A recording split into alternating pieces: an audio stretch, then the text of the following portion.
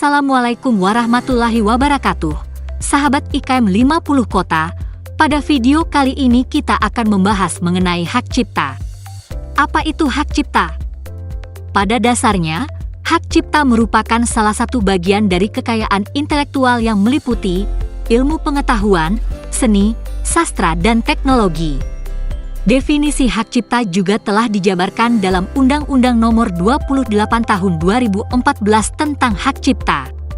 Dalam undang-undang tersebut, hak cipta diartikan sebagai hak eksklusif pencipta yang timbul secara otomatis berdasarkan prinsip deklaratif setelah suatu ciptaan diwujudkan dalam bentuk nyata, tanpa mengurangi pembatasan sesuai dengan ketentuan peraturan perundang-undangan.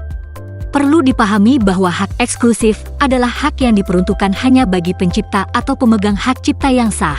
Dengan begitu pihak lain tidak boleh memanfaatkan suatu ciptaan tanpa seizin pencipta atau pemegang hak cipta. Pihak lain yang ingin menggunakan suatu karya dapat menjadi pemegang hak cipta dengan izin pencipta melalui perjanjian. Namun pemegang hak hanya memiliki sebagian hak eksklusif, yaitu berupa hak ekonomi, karena hak moral adalah hak yang melekat pada pencipta secara abadi.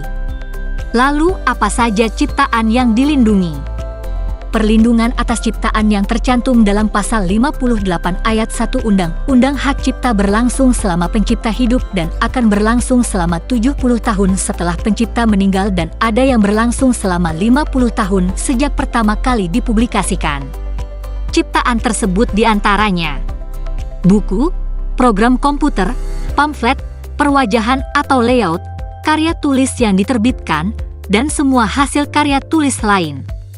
Lalu ceramah, kuliah, pidato, dan ciptaan lain yang sejenis dengan itu. Kemudian alat peraga yang dibuat untuk kepentingan pendidikan dan ilmu pengetahuan. Keempat, lagu atau musik dengan atau tanpa teks. Lalu seni rupa dalam segala bentuk seperti seni lukis, gambar, seni ukir, seni kaligrafi, seni pahat, seni patung, kolase, dan seni terapan. Kemudian arsitektur, peta, seni batik, fotografi, dan terjemahan, tafsir, saduran, dan karya lain dari hasil pengalih wujudan. Hak cipta berfungsi menghargai suatu karya dan mendorong pencipta karya tersebut untuk menghasilkan karya baru. Tujuan dari pelaksanaan hukum hak cipta adalah melindungi hak eksklusif, hak moral, dan ekonomi bagi pencipta karya. Berikut penjelasannya. Hak eksklusif adalah hak pembuat karya untuk mengontrol mekanisme kepemilikan juga distribusi dari karyanya. Hak eksklusif berarti siapapun yang ingin menggunakan, menyalin, memperbanyak, dan menjual suatu karya cipta harus mendapatkan izin terlebih dahulu dari pembuatnya. Hak moral berarti walaupun karya tersebut telah dibeli, pembeli harus tetap mencantumkan nama pembuat karya. Hak moral membuat karya akan selalu lekat dengan siapa pembuatnya. Dan hak ekonomi berarti pembuat karya berhak mendapatkan imbalan ekonomi dari pihak-pihak yang menggunakan karyanya. Berikut alur permohonan hak cipta.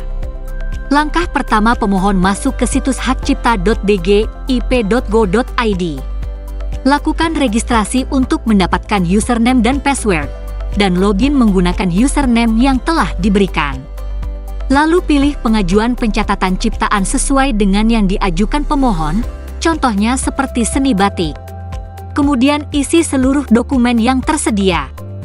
Langkah keempat, mengunggah dokumen persyaratan dan pendukung atau contoh ciptaan. Jika pemohon sudah selesai mengunggah dokumen, lalu lakukan pembayaran setelah mendapatkan kode pembayaran pendaftaran hak cipta. Lalu menunggu proses pengecekan dokumen persyaratan formal. Jika masuk kategori jenis ciptaan yang dikecualikan, dilakukan verifikasi, mengunggah dokumen persyaratan. Jika approval, sertifikat dapat diunduh dan dicetak sendiri oleh pemohon. Gimana nih sahabat IKM 50 Kota? Apakah sudah paham mengenai hak cipta? Jika masih ada yang ingin ditanyakan, bisa langsung tulis di kolom komentar ya sahabat. Terima kasih telah menonton, sampai jumpa di video lainnya ya sahabat IKM 50 Kota.